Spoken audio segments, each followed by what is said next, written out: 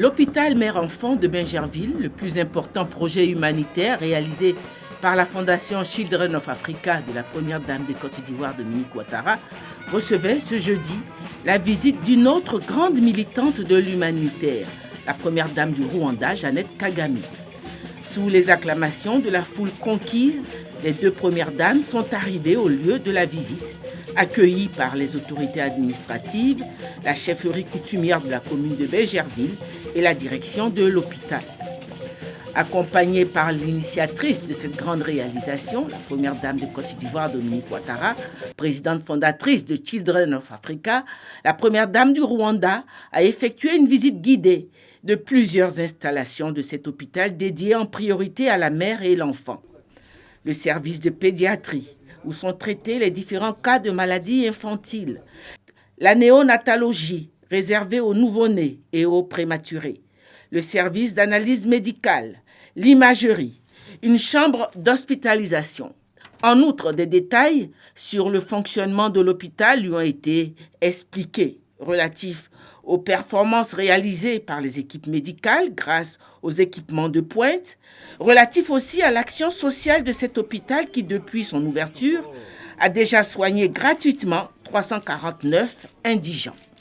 La première dame du Rwanda a manifesté un véritable intérêt au cours de cette visite, étant elle-même initiatrice de la fondation Imbuto, créée il y a 13 ans, et qui œuvre au Rwanda dans l'encadrement scolaire de milliers de jeunes filles orphelines du génocide de 1994, et intervient également dans la protection contre le VIH et l'assistance aux familles victimes de la pandémie. Achevant la visite guidée, Jeannette Kagame a marqué son admiration.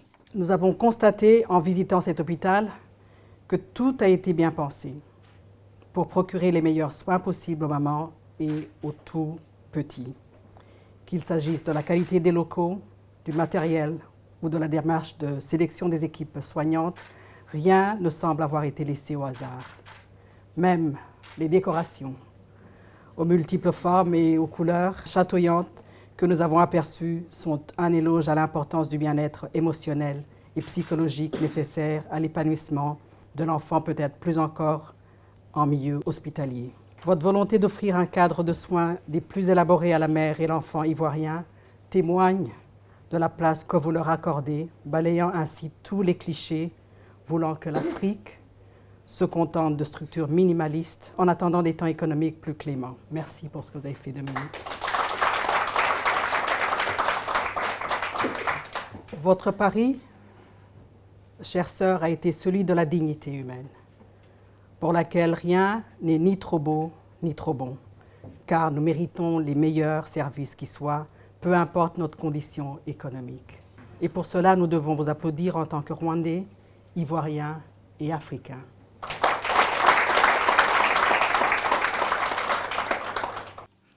Émue, la première dame de Côte d'Ivoire lui a traduit en retour son estime et sa grande considération.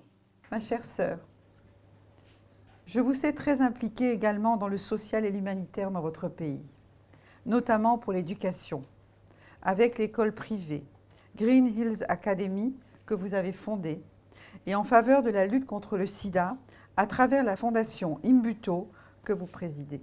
Et je vous en félicite. Nos engagements mutuels pour un mieux-être de nos populations se rencontrent donc et j'en suis très heureuse.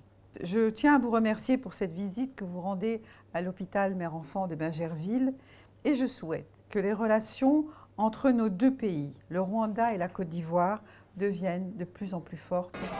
Rapprochées par leur estime réciproque, ces deux grandes militantes de l'humanitaire sont repartis en saluant et félicitant la direction et le personnel de l'hôpital.